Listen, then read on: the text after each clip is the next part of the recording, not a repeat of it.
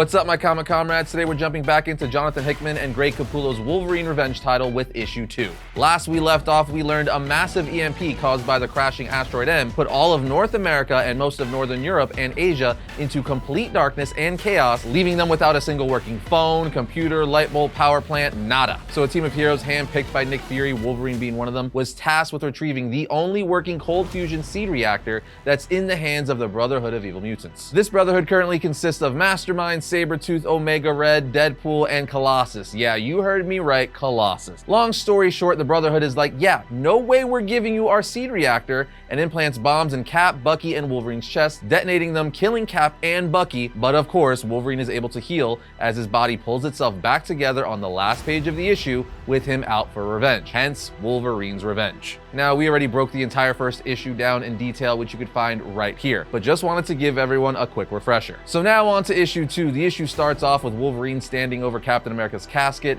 as Fury comes up behind Wolverine saying, "They were the best of us, and they will be missed." But I have to say, if I'm honest, maybe they were lucky to go so clean, being spared what's to come. Wolverine then realizes, saying, "The mission, you sent an LMD, didn't you?" LMD stands for Life Model Decoy, aka SHIELD robots designed to look like SHIELD agents. Fury says, "I did, the last working one I had." Wolverine gets pretty annoyed by this as Fury is never willing to put his ass in the fire. The two then stare at the caskets of all the fallen soldiers over the years, with Wolverine wondering what they're going to do now. Fury says, "There's nothing to do now. We failed. The Empire has fallen. And now, if we're lucky, only a couple 100 million people in the continent are gonna die. I've seen the horror of one world war, faced my worst nightmares in the jungle, and endured the cold hell of a cold war. I promise you, this is gonna be worse. So what am I gonna do? I'm gonna find myself a nice bottle of bourbon and crawl into a hole with my best gun. Then someday soon, I'll see my friends on the other side." Basically alluding that as the world slips more and more into hell, he will off himself.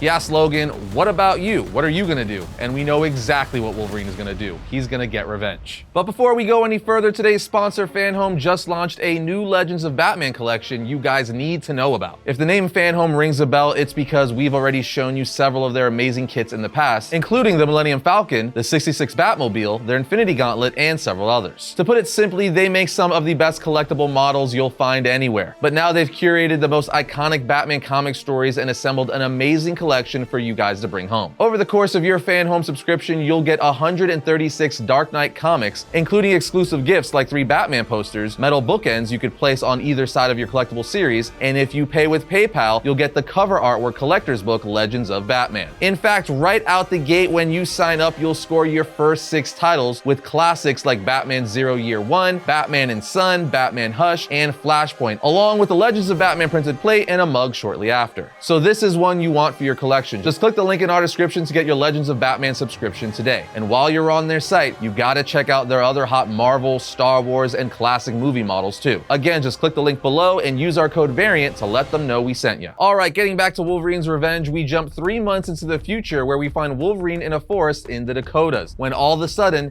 Danny Moonstar pulls up in a Jeep greeting Logan. She says, "I hope you weren't trying to sneak up on us. If so, you missed about 100 motion sensors we have surrounding this place." He tells her, "I wasn't sneaking anywhere. I was just headed toward the only light that's burning in the night." She gets mad saying, "You're trespassing." But he's just like, "You have power while no one else does. And I think I know why, and the why is why I'm here." She then threatens him with the demon bears, but he says, "I know the demon bears love fear. They could smell it from a world away, but that ain't my scent. I ain't that guy." As we see, Forge is also in the Jeep, and the person Logan is looking for as Forge's mutant ability is being an expert builder, being able to build anything he can think of. The comic then jumps forward 2 days while Wolverine is asking Forge how much further. He responds, "The impact zone is close." We're almost there. We then find out they're headed to the impact zone of Asteroid M because they're looking for the body of Magneto. When Wolverine steps in the crater, he says, "I thought there would be more debris or something else." Forge tells him kissing the edge of apocalypse always elicits a response from the fanatics. Something awful happened, and so they believe that it could not be avoided, that it was fate. The true believers of Magneto cleared this place of any remnants of Asteroid M,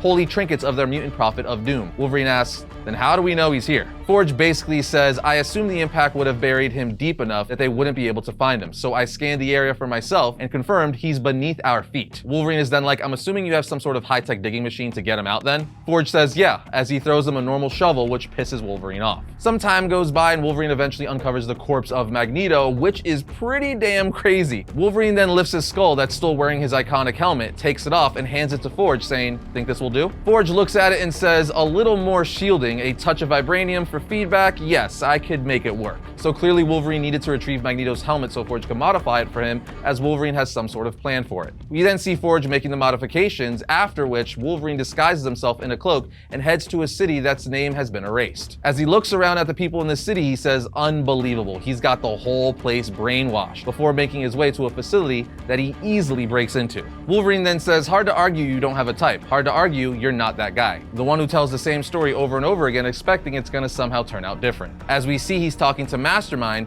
who's being fed and getting massaged by 3 women. But he doesn't know it's Wolverine talking to him just yet, as Wolverine is in a cloak. So he simply asks, who is this? An uninvited guest? Someone beyond my thrall? To whom do I owe the pleasure? Wolverine responds, we'll get to that in a second. First, I want to know where the others are. Rasputin I know, but Wade, Creed, Omega Red, where are your pals, Mastermind? He answers, Rasputin cast us out, said we were beneath him. But you shouldn't know anything about that. That you do makes me curious, and while I do know where my companions are, I won't be the one giving up all my secrets. Instead, I'll be taking all of yours, which he tries to do using his mind powers, saying, I'm gonna break your will, I'm going to break your mind. But Wolverine just says, bad news on that front, bub, as he reveals himself to Mastermind, but also reveals he's wearing Magneto's helmet, saying, all my secrets are staying safely locked in here, telling us the reason he had Forge modify it was to keep Mastermind out of his head. Because now Mastermind's powers are useless against Wolverine, and I gotta say, it's pretty awesome seeing Wolverine wear Magneto's helmet. Forge even added black tiger stripes on it to match Wolverine's motif. Mastermind, now knowing he's powerless against Wolverine, turns on his 3 servant girls saying, save me, throw yourselves on him. But Wolverine isn't about letting that happen, and lunges towards him, decapitating him with his claws, freeing the city from his mind control. A short while later, we see Wolverine take Mastermind's head back to Forge so Forge can remove his skull and use his technology on Mastermind's brain to find the secrets and locations of Wade, Creed, and Omega Red so Wolverine could hunt them down and get his revenge. That's right, Forge is quite literally scanning Mastermind's brain to get the precise information Wolverine needs. Forge even says it was tricky because he'd done so much work on his brain,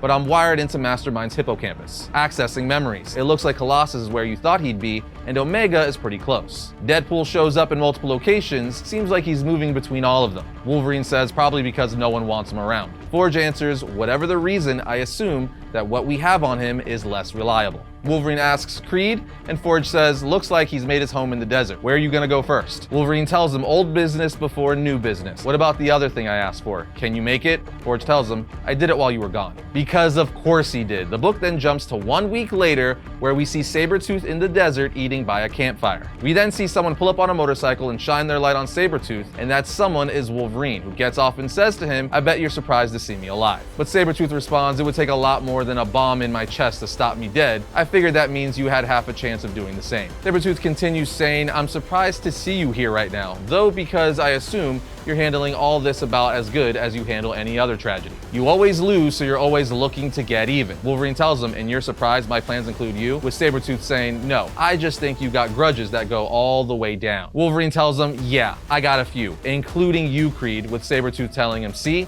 that's what I'm talking about. I figured you'd want to settle most of them before you came up Snake Eyes, because we both know you can't take me, and any revenge you want, it ends right here, and it ends right now. And with that, the two start their bloody brawl, with both of them hacking and slashing into each other. However, Sabretooth out the gate has the upper hand. I mean, he's turned Wolverine into a bloody mess, but Wolverine never gives up. Even with his face bloody and broken, Sabretooth stands over him saying, you hear me, Runt? Everything you ever thought was yours is mine. And when I'm done here, when I'm done with you, I'm even gonna take your ride. Wolverine tells him, it ain't my bike. I borrowed it from a friend, and I just can't forgive myself when I don't return favors. As he stabs Wolverine right in the stomach. Sabretooth then turns around saying, something is wrong. I'm not, and Wolverine finishes his sentence saying, healing. Yeah, I know, that same friend built a neutralizer into the bike's headlamp, and now your mutant powers are gone, Creed. I'm healing up just fine, but you're bleeding out. It's been a long time coming, but you're done. As Sabretooth's eyes widen in shock, saying no. Wolverine tells him yes, and maybe now I'll do what you did to me so very long ago. Tear you apart, little by little. Come back next year, and the year after that, and the year after that to cut off another piece of you, or we could just end it the other way. And I could end you right now. Sabretooth says, end me? You think I can't still take you? You're talking to the wrong wolf in the wrong forest. Wolverine says, that's funny because I thought I was talking to a dead man. As the two go at it yet again on the final page of the issue with it saying to be continued. And there we have it, friends. Issue 2 of Wolverine's Revenge. I gotta say, I'm loving this story. It's just a fun Wolverine's on a hunt getting revenge story. It's also super self-contained, so if you ever wanted to read Wolverine Wolverine but don't know anything about him or where to start, you can just jump in on issue 1, not having to know anything else about him. But I'm very curious to see if Wolverine is going to end Sabretooth once and for all, much like he did in Deadpool and Wolverine. Is he going to take off his head like he did in that movie and like he did to Mastermind earlier in this issue? We're just going to have to wait till next month. I'm loving Greg Capullo's art. He's one of the best artists in all of comics. Before this, he had his legendary decade run on Batman with Scott Snyder, when they rebooted the Batman title all the way back in 2011. That run gave us The Court of Owls, Death in the Family, and a ton of other great stories that have become Batman classics. Since he was with DC for over a decade, it's fun to see him back in the Marvel Universe. That's where he initially got his start, even before Spawn, which is really where he made his mark. And then Batman just launched him to like a whole different level. Anyway, seeing him draw some of our favorite characters in the Marvel Universe is fantastic, and Jonathan Hickman, as the writer, is always a win. He's one of the best writers in the game, so this creative team is just an all-star team. Anyway, with that said, what are your thoughts of the story so far? Are you enjoying it as much as we are? Let us know down in the comments, and we'll be back here next month to cover issue 3. Other than that, we'll see you next time when we talk about all things comics.